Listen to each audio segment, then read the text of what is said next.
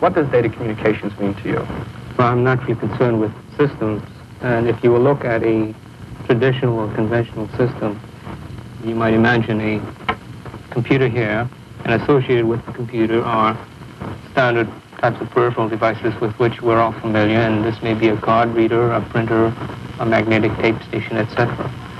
And typically you'll find that the computer and the magnetic tape station or any other peripheral device is connected by some kind of a data channel or data bus. Now, a second difference is that you're dealing with a medium of communication which is different from the medium of communication that takes place between a computer and a device that is located adjacent to it, such as a card reader or a magnetic tape. The third thing is the fact that you're dealing with a device that behaves in some very significant ways differently from the kinds of devices that you normally deal with. So there are three things, Enderny, you feel that are different about systems that use data communications. One is the fact that a second vendor comes in. The second is the fact that the communications link is different. You don't have the channel there anymore, but you have a communications line. Correct. And the third are the terminals are different. Don, most data is carried over ordinary telephone lines for the use of a data set or a modem, right? Yes. If you made a long-distance call over your telephone, you might use the very same wires the data set uses. In other words, for most data transmission, you're simply using this large network that has proliferated all over the United States.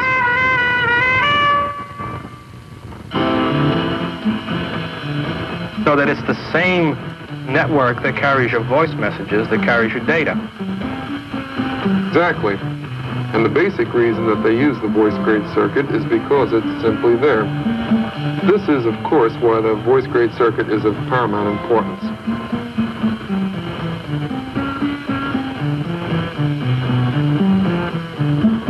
The data set transforms bits by modulation.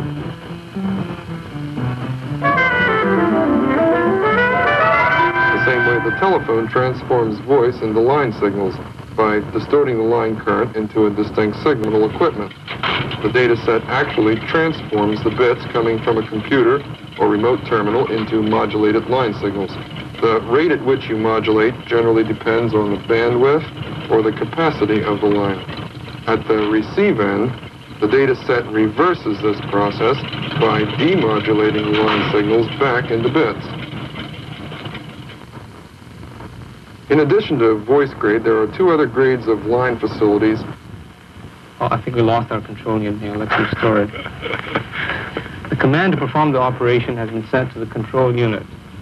The control unit fetches the information from memory, a character at a time, so that if we assume this is the data to be transmitted, the control unit will fetch this character from memory into the buffer located in the control unit itself.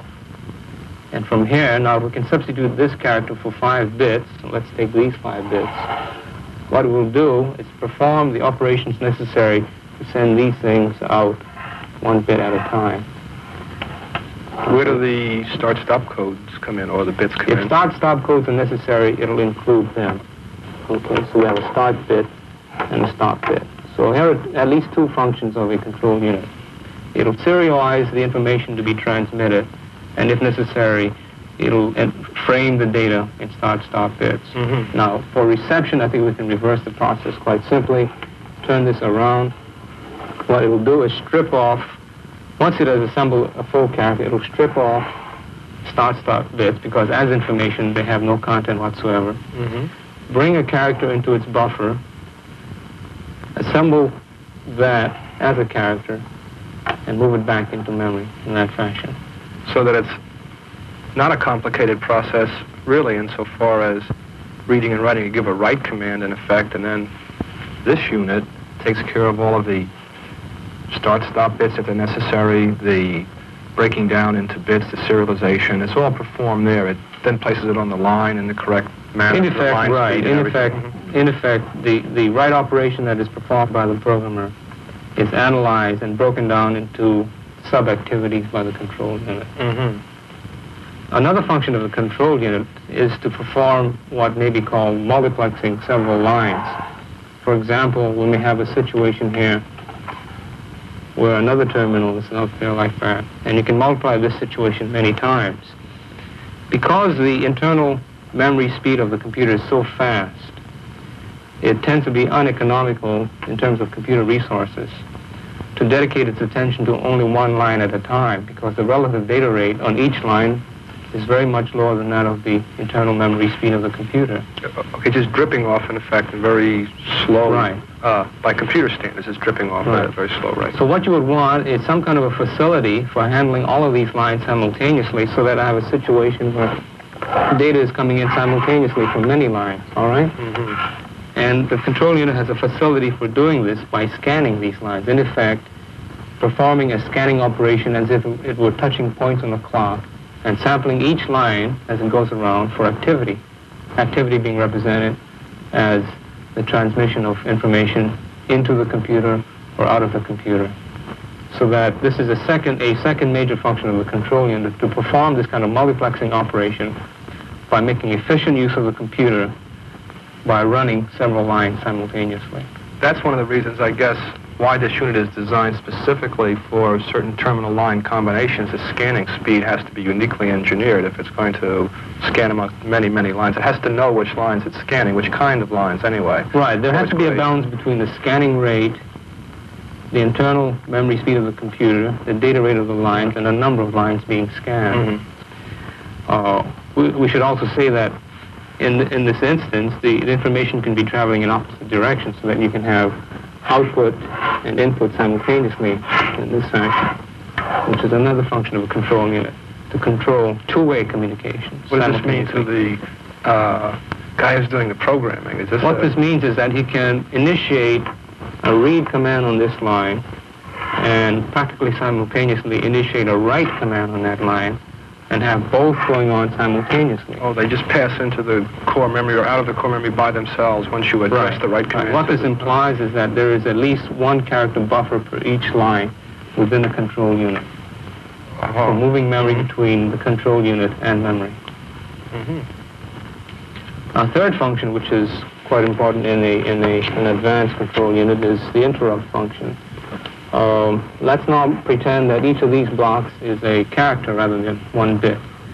And let's say that we're sending a 3-character message. As each character is received by the control unit, it is stored in memory somewhere. Okay. And let's say this last character is a special character which denotes the end of a message.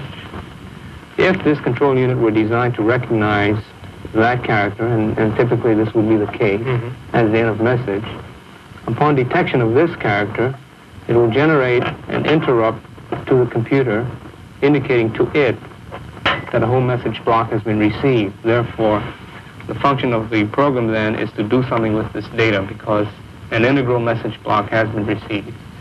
It may move it to another area of memory where it will undergo processing, thereby freeing up this area for more data coming in. Any number of functions like that. So that we have a third important function of the control unit, that's to generate an interrupt when service on a particular line is required. Again, we can turn this function around to an output function, sending characters out, and upon detection of the last character, which is the end of message character, it will generate an interrupt to the computer, telling it that an integral message block has been sent and the line may be free for further transmission.